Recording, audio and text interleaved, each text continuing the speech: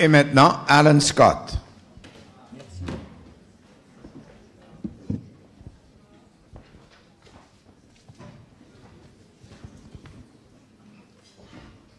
Bon, voilà.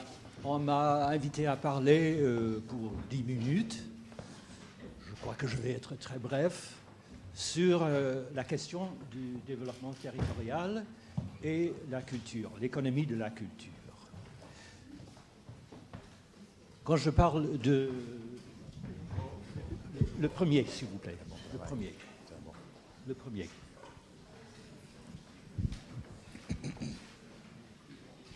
Bon, ça va. Oui, oui. Quand je parle de culture, créativité et croissance, je veux dire, bien sûr, la croissance locale, la croissance régionale et urbaine. Et maintenant, s'il vous plaît.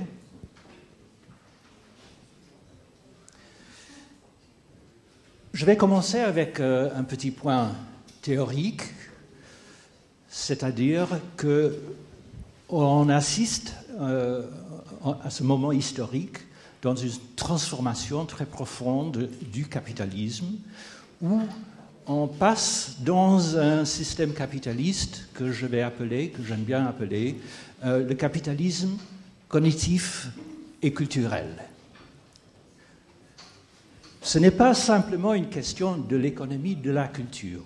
Il y a une transformation totale du capitalisme à partir des nouvelles technologies et la nouvelle division de travail. Et cette nouvelle division de travail dans les sociétés avancées capitalistes à l'heure actuelle devient de plus en plus, et je parle surtout des États-Unis, devient surtout un clivage entre une sorte d'élite de la société urbaine, ce qu'on peut appeler ou bien le cognitariat, ou ce qu'appelle Richard Florida la classe créative, par exemple. Mais attention, il y a aussi en dessous de tout cela une autre classe. Il n'y a pas simplement la classe créative, il y a la classe qu'on pourrait appeler, et on l'appelle de plus en plus aux États-Unis, la nouvelle classe servile, c'est-à-dire la classe qui sert la moitié en haut du marché de travail. On a parlé ici, n'est-ce pas, de l'économie culturelle comme une sorte de bénédiction sans ambigu. Or, ce n'est pas clair. Ce n'est pas clair non plus pour la question de la stratification sociale qui devient de plus en plus extrême, la segmentation sociale de plus en plus extrême, avec une extrême pauvreté en bas, une extrême richesse en haut, et ce n'est pas clair en ce qui concerne la culture non plus. La prochaine. Les industries, les secteurs qui font partie surtout de cette nouvelle économie cognitive culturelle, on peut les caractériser par d'abord l'industrie de la haute technologie. Ce n'est pas simplement une question de l'économie culturelle, n'est-ce pas?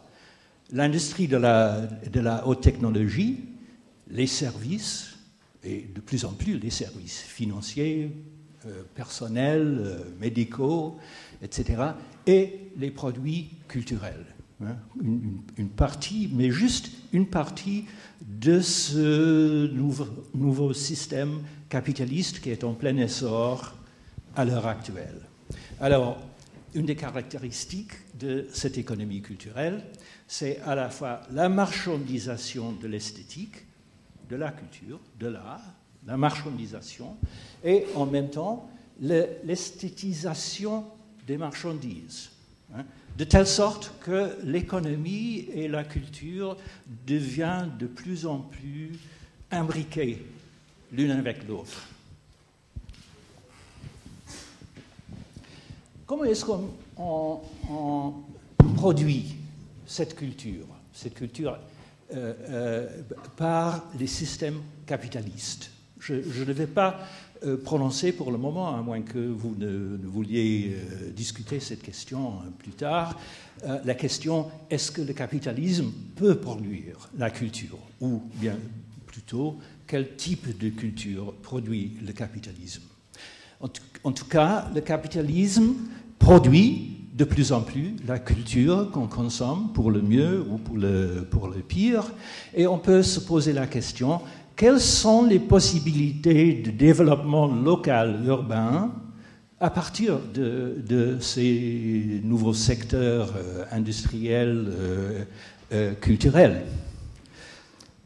D'abord, je vais vous donner deux exemples de ce développement, deux exemples assez connus. D'abord Los Angeles et après Paris. Et la première chose qu'on remarque, c'est que l'économie culturelle réside pour la plupart dans un système de clusters économiques. Là, vous avez les clusters caractéristiques de Los Angeles, surtout le cinéma. Pas simplement le cinéma, hein, il y a aussi la musique, les jeux électroniques, la production de programmes de télévision, etc. Confection, bijouterie, meubles, publicité. Et maintenant, on passe à Paris. Hein, la même chose, sur un différent registre, n'est-ce pas? Parce que les produits culturels de Los Angeles sont surtout des produits démotiques, hein, tandis qu'à Paris, il y a l'industrie de luxe, il y a une qualité assez différente des productions de Los Angeles, mais on a à peu près la même structure en district industriel, en agglomération, et bien sûr à Paris aussi vous avez la distinction entre l'Est, l'industrie artisanale, mais culturelle, avec la mode, la confection, etc. Et à l'Ouest, les services culturels, cinéma, enregistrement sonore, etc.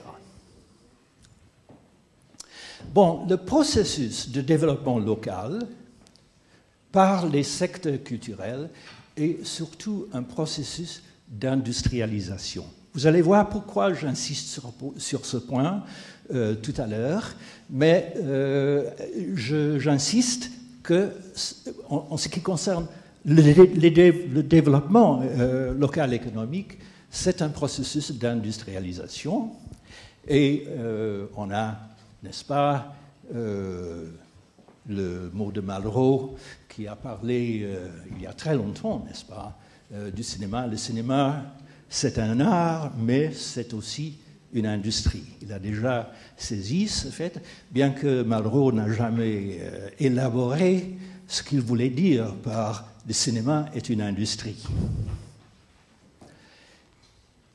Donc, si c'est une question de développement par la culture et aussi par l'industrialisation, on peut se poser la question, quelles sont les tâches essentielles pour les décideurs locaux? Ces tâches tournent autour de trois variables. La formation de réseaux, parce que ces clusters sont enracinés dans un système de réseaux, hein, interfirmes, des réseaux de firmes spécialisées mais complémentaires, les marchés locaux de travail, avec les qualifications, les habitudes, etc., des travailleurs, l'apprentissage et l'innovation. Voilà les trois variables que les décideurs locaux, sur lesquels les décideurs locaux doivent se concentrer. Plus un système approprié d'infrastructures et d'institutions.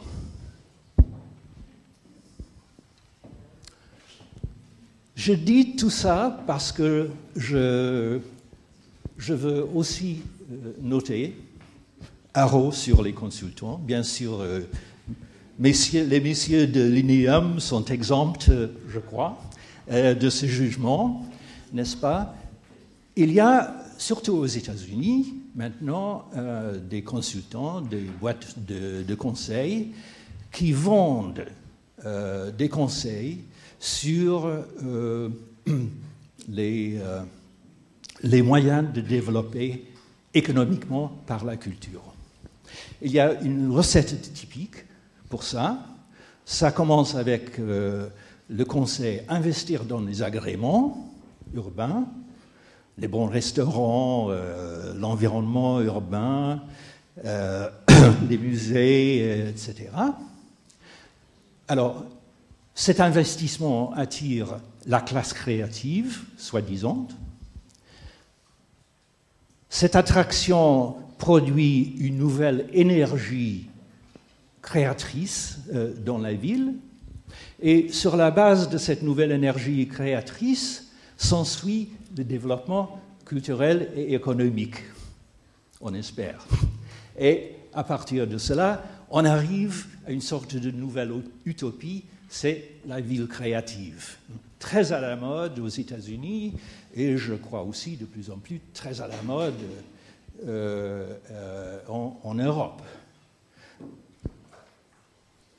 Mais je crois que la notion de la ville créative, c'est une utopie impossible, en fait, d'autant plus que cette nouvelle économie cognitive culturelle produit des tensions extrêmes dans la société urbaine, et parce qu'en fait, on ne peut pas parler de la créativité comme une sorte d'abstraction à partir de l'espace et de l'histoire, n'est-ce pas? C'est-à-dire la créativité est toujours enracinée dans des systèmes matériaux, pratiques, et dans le cas de l'économie culturelle, n'est-ce pas, dans les structures de ces clusters économiques, etc. Et finalement, je veux terminer en disant que ce système capitaliste, bien sûr, est en train de se diffuser globalement, mais en fait, et peut-être paradoxalement, la mondialisation n'égale pas l'uniformisation, n'est-ce pas? Ce qui arrive avec cette nouvelle économie, à partir des systèmes de clusters et le développement des avantages compétitifs locaux, c'est en fait de plus en plus de centres spécialisés partout dans le monde, de nouveaux centres de production culturelle. Et donc, pour terminer, je dirais en même temps que bien que je comprenne la valeur de la politique de l'exception culturelle en France, je crois quand même que la mondialisation, liée avec des politiques bien dans la production de la culture et la formation des districts industriels, que la mondialisation peut être non pas simplement une menace pour la culture française, mais une opportunité énorme que vous devez en fait saisir. Merci.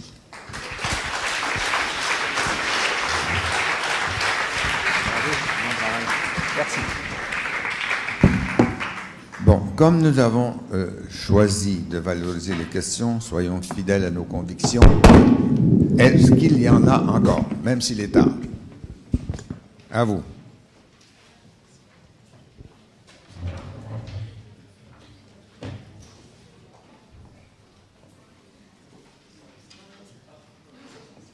Oui, madame.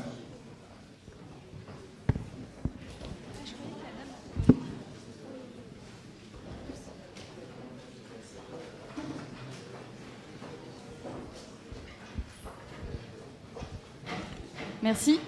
Je sens que je vais me faire haïr par la moitié des personnes qui veuillent bien rester jusqu'au bout de l'Assemblée.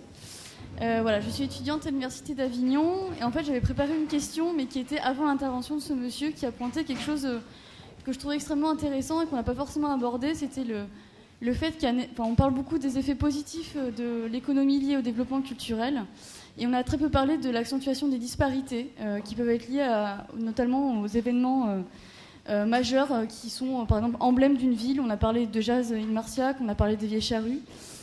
Je m'explique en prenant un exemple très récurrent et redondant pour ceux qui habitent Avignon. Donc la ville d'Avignon, forte du festival d'Avignon, et qui selon moi joue beaucoup comme une notion de caution culturelle, puisqu'elle a pour effet déjà d'une part de masquer et même d'accentuer certaines disparités et certaines inégalités. Notamment, très peu de personnes savent quand ils viennent à Avignon qu'un tiers de la population vit en dessous du seuil de pauvreté. Et je ne parle même pas du taux de chômage. Et donc, on assiste aussi à une disparité temporelle du fait que c'est une ville et un territoire extrêmement attractif, on va dire à cause du spectacle vivant, grâce au spectacle vivant et du théâtre, dans une période qui commence, on va dire, fin juin et qui se termine à mi-août. Et le reste de l'année, qu'est-ce qui se passe? Pas grand-chose. Ou en tout cas, si, il y a énormément de théâtre à Avignon, sur un territoire aussi restreint, ce qui en soi est un atout. Et on assiste par contre à, on va dire, à une politique qui est essentiellement tournée vers ce festival d'Avignon. Tous les regards se portent vers ce festival d'Avignon. Et ce qui se passe, voilà, qu'est-ce qu'on pense avec la musique, par exemple? Pas grand-chose. Donc voilà, donc c'était peut-être plus une remarque et en tout cas de penser que parfois le développement culturel ne s'accompagne pas toujours d'effets positifs. Il y a parfois un effet de masque et pourrait dissuader certaines politiques à développer de manière récurrente, régulière et de manière plus égale d'autres secteurs culturels qui se retrouveraient par là même, on va dire, désertés. Voilà. Bon alors, oui. Vous l'avez classé vous-même au rang des remarques. Je vous en remercie. Je remercie tous et toutes pour leur participation. S'il y a une ville au monde où nous pouvions avoir ce débat, c'est bien ici. Et je pense qu'il n'a déçu personne. Merci. Bonne fin de soirée.